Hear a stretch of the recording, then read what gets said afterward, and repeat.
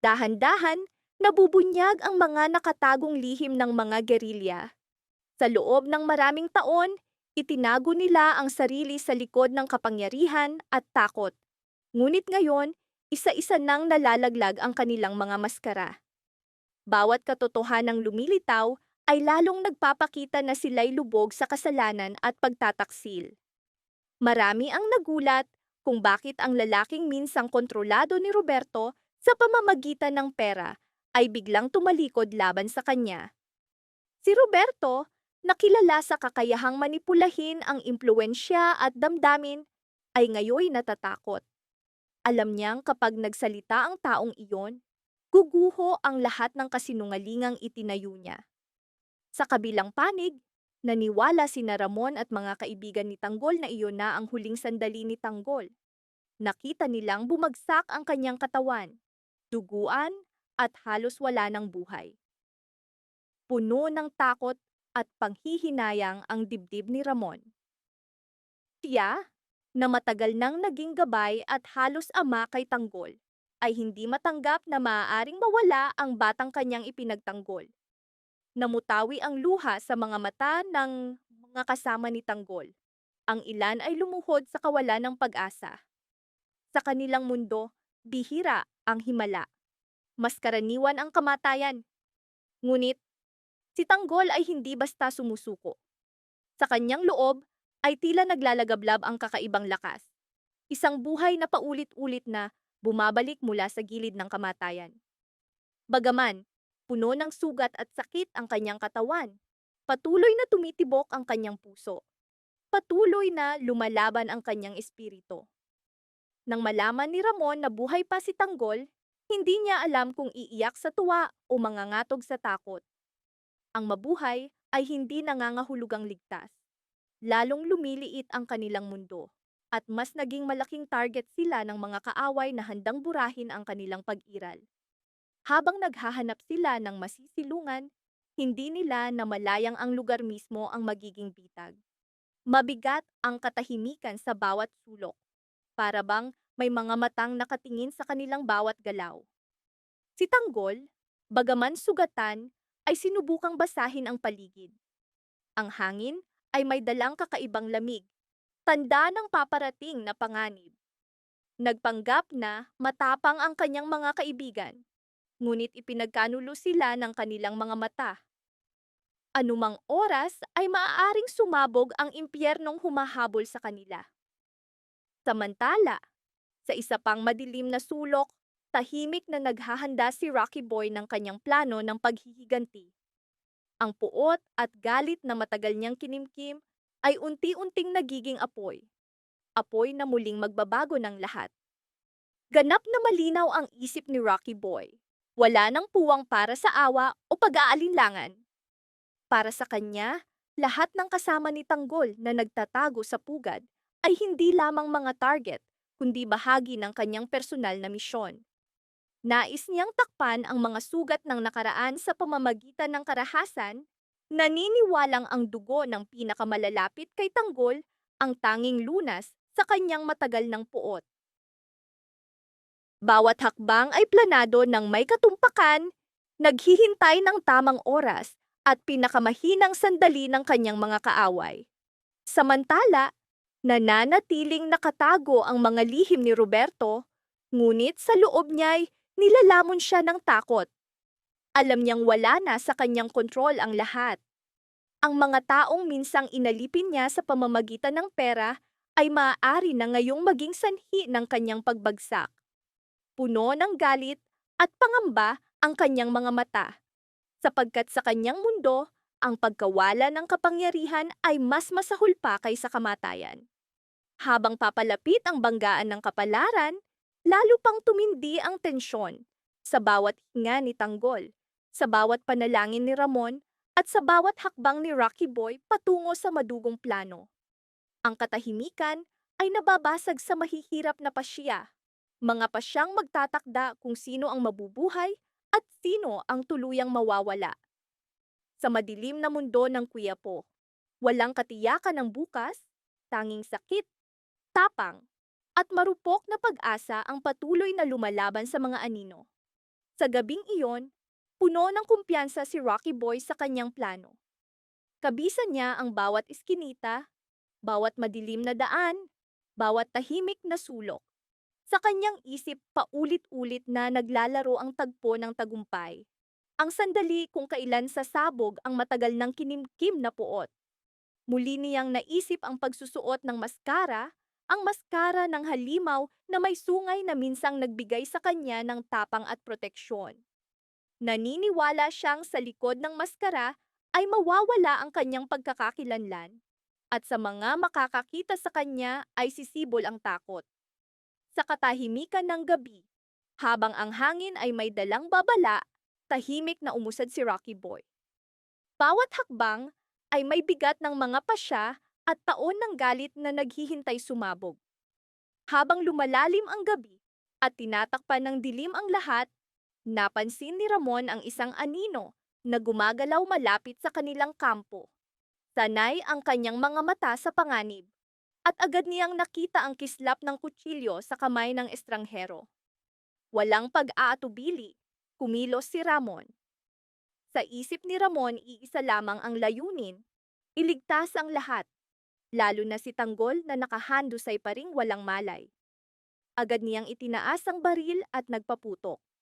Ang putok ay pumunit sa katahimikan ng gabi. Umalingaw-ngaw na parang sigaw na gumising sa natutulog na takot at hinala. Agad na naging alerto ang mga kasama ni Ramon. Bumilis ang tibok ng kanilang mga puso, mahigpit nilang hinawakan ang kanilang mga sandata. Narinig ng mga kaibigan ni Tanggol ang putok at lumabas sila mula sa pinagtataguan. Puno ng takot, ngunit may determinasyon. Alam nilang kahit maliit na pagkakamali ay maaaring magdala ng kanilang kapahamakan. Kaya't pinalibutan nila ang lugar, handang tiyakin na walang kaaway na nagtatago. Iniwan nila si Tanggol, walang malay at hirap huminga. Puno ng pag-aalala ang kanilang mga mata, ngunit naniniwala silang mas mahalaga muna ang seguridad. Binalaan sila ni Ramon. Ramdam niyang napapalibutan sila, na maaaring nakapasok na ang mga kaaway. Mabigat ang kanyang tinig, puno ng takot at pananagutan. Nagkalat sila sa paligid. Tumindi ang tensyon sa bawat hakbang. Biglang mula sa dilim ay lumitaw ang isang nilalang na may maskara. Ang maskara ay may mahahabang sungay. Anyo ng isang bangungot. Si Rocky Boy iyon. Mabilis at walang awa siyang umatake. Pinakawalan ang matagal na kinimkim na galit at lakas. Ibinagsak ang bawat isa sa lupa. Bawat katawan na bumagsak ay lalo pang nagpapatibay sa kanyang paniniwala na ang gabi ay nasa ilalim ng kanyang kapangyarihan. Nang wala nang natitirang nakatayo, huminga siya ng malalim. Bumigat ang kanyang dibdib sa matinding emosyon, tagumpay at uhaw sa paghihiganti. Pagkatapos ay lumapit siya kay Tanggol. Dahan-dahan siyang pumasok sa silid kung saan nakahiga ang binata, walang malay. Naglalagablab ang kanyang mga mata sa puot, mariin ang pagkakakuyom ng panga. Bawat hakbang ay puno ng intensyon ng pagpatay. Para kay Rocky Boy, iyon na ang sandali, ang matagal na inaasam na pagkakataon upang pakawalan ang kanyang tormento. Itinaas niya ang mabigat na maso, ang bigat nito'y sagisag ng kanyang kinimkim na galit. Pagkatapos ay inihampas niya ito kay Tanggol, paulit-ulit. Bawat hampas ay may kasamang sigaw, sigaw ng galit, at matagal ng hinanakit. Hingal na hingal, idineklara ni Rocky Boy na hindi niya agad papatayin si Tanggol. Sa halip, paulit-ulit niya itong pahihirapan, hanggang si Tanggol mismo ang magmakaawa para sa kamatayan. Para sa kanya, ang pagdurusa ni Tanggol ang kabayaran ng paghihiganti, ang bayad sa lahat ng kanyang nakaraang sakit. Sa gitna ng matinding pagpapahirap, dahan-dahang nagkamalay si Tanggol. Halos hindi gumagalaw ang kanyang katawan, bawat kilos ay nagdadala ng matinding sakit. Pilit siyang lumalaban, pilit na itinutulak ang sarili palayo, ngunit nananatiling mahina ang kanyang katawan. Sa kanyang mga mata ay bakas ang paghihirap at determinasyon. Ang kanyang isip ay naguguluhan sa pagitan ng takot at pagnanasang mabuhay. Gumapang siya, pilit na tumatakas, ngunit bawat pagsubok ay lalo lamang siyang nanghihina. Sa kanyang harapan nakatayo si Rocky Boy. Hawak ang maso, nakasuot ng maskarang may sungay. Malinaw kay Tanggol, nasa gilid na siya ng kamatayan. Ngunit sa kanyang dibdib ay may maliit pang ningas ng pag-asa. Mabigat ang katahimikan sa pagitan nila. Puno ng puot, sakit, at mga pasyang magbabago ng kanilang kapalaran. Bawat pintig ng puso ni Tanggol ay laban sa oras. Bawat sandali ay tila walang katapusan. Biglang pumutok ang isang bala mula sa kabilang panig at bumagsak ang katawan ni Tanggol sa malamig na semento.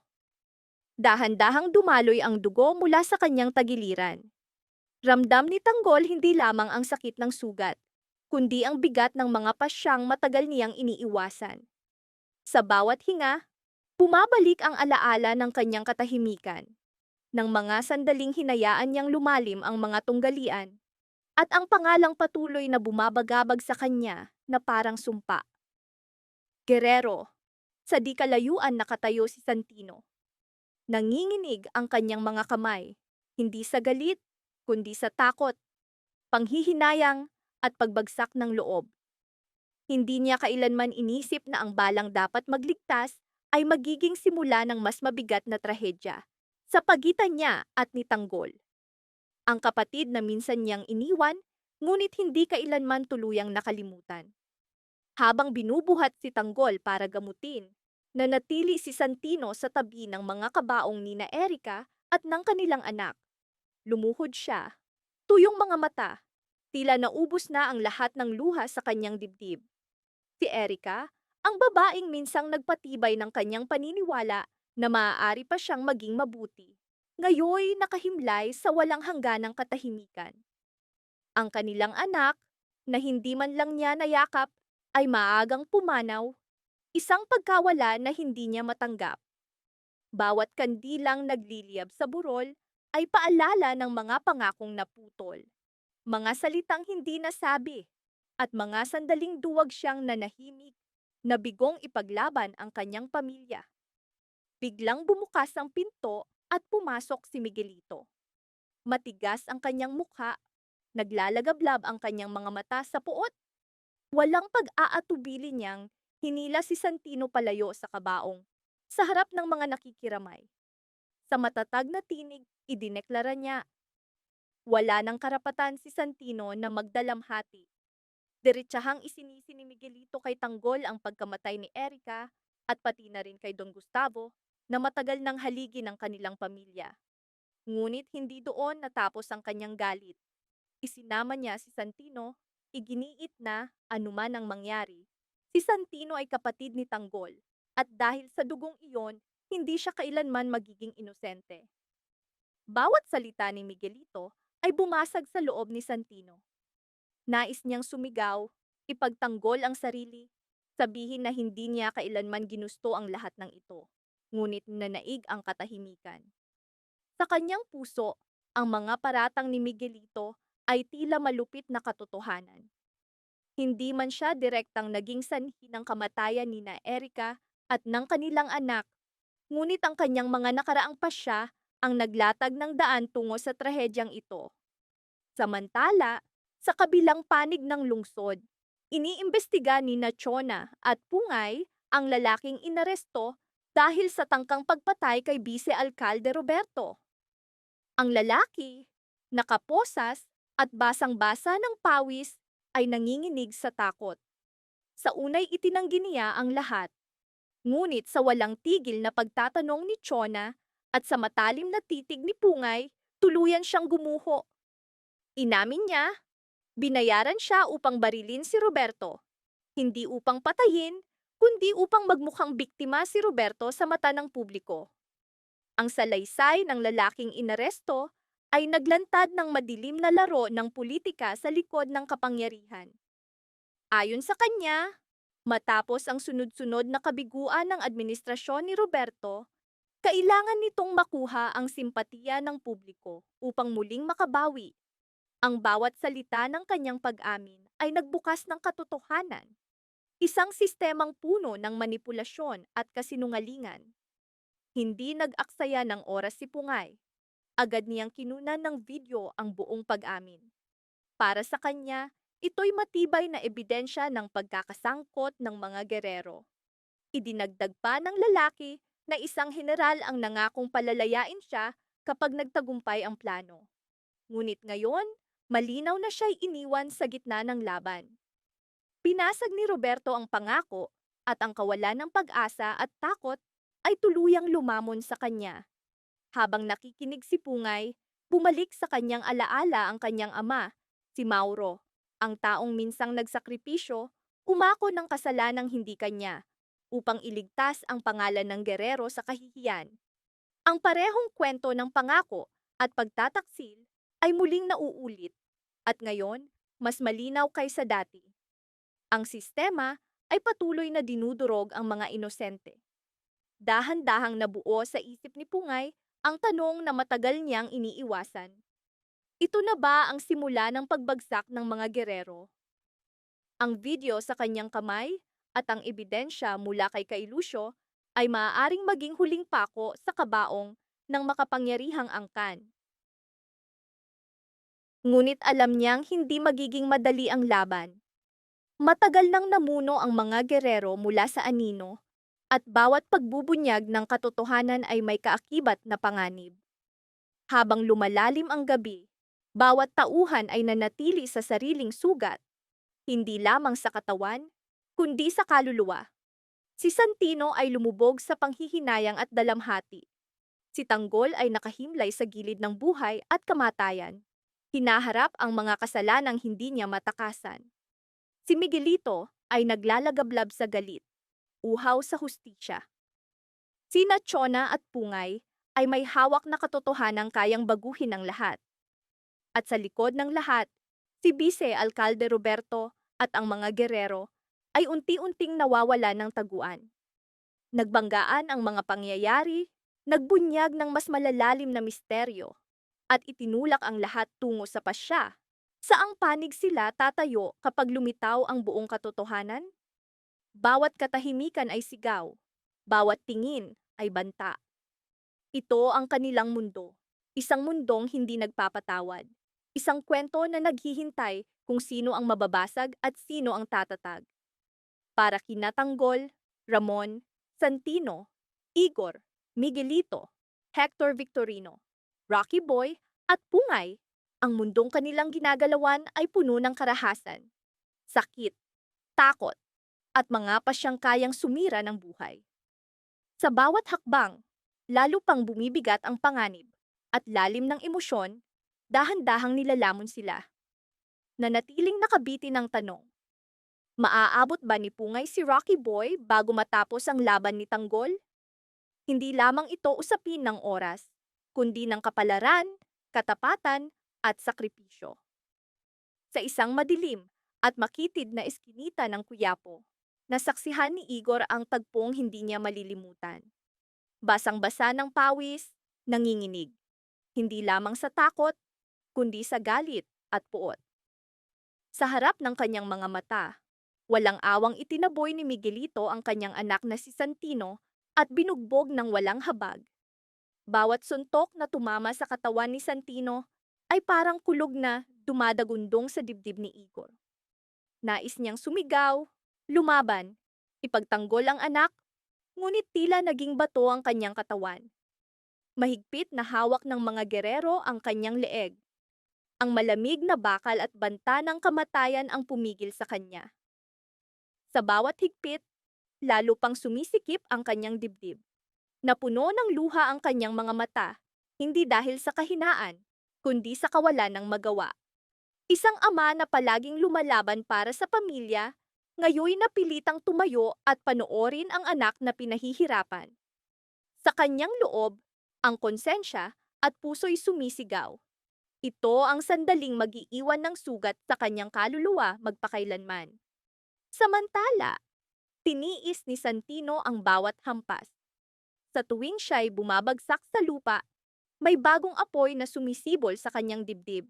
hindi lamang para sa sarili, kundi para sa kanyang ama na nananatiling gapos ng takot at kapangyarihan. Sa kanyang mga mata, naglalagablab ang hamon at determinasyon, hindi ito ang katapusan. Bawat sugat, bawat tama ay nagpasiklab ng apoy sa loob niya, apoy na balang araw ay magtutulak sa kanya sa digmaan. Ang paulit-ulit na kabiguan ng mga tauhan ni Miguelito, hindi nila makuha o mapatay si Tanggol, hindi nila mapigilan si Ramon, at ang kanyang mga kapanalig ay naging hudyat ng pagbabago. Napilitan silang magtatag ng bagong pamunuan. Doon lumitaw si Hector Victorino, isang taong malamig ang isipan at walang awang mga estratehiya ang nagbukod sa kanya. Ang kanyang pag-angat ay hindi lamang promosyon, kundi malinaw na mensahe, lalong magiging madugo ang laban. Mula sa unang sandali ng kanyang presensya, nagbago ang hangin. Ang kanyang mga matay walang awa. Ang kanyang mga salita ay nangakong magdadala ng dugo at karahasan. Tiniyak niya kay Miguelito, hindi magkakaroon ng kabiguan. Ang pagkuha sa ulo ni Tanggol ay hindi lamang utos, kundi personal na misyon. Kapag nagtagumpay, siya ang magiging sukdulang sagisag ng kapangyarihan sa Quiapo. Habang lumalalim ang gabi, nagtagpo ang mga landas ng bawat tauhan. Si Tanggol, sugatan ngunit matatag, sapagkat maraming umaasa sa kanya. Si Ramon, nakabantay, alam na isang pagkakamali lamang ay maaaring magdala ng kamatayan. Sa di kalayuan si Rocky Boy ay nakikipagkarera laban sa oras. At si Pungay ay humahabol sa kapalaran mismo, umaasang mahuli si Rocky Boy bago tuluyang maubos ang panahon. Bawat katahimikan ay may nakatagong sigaw. Bawat tingin ay may dalang lihim na takot.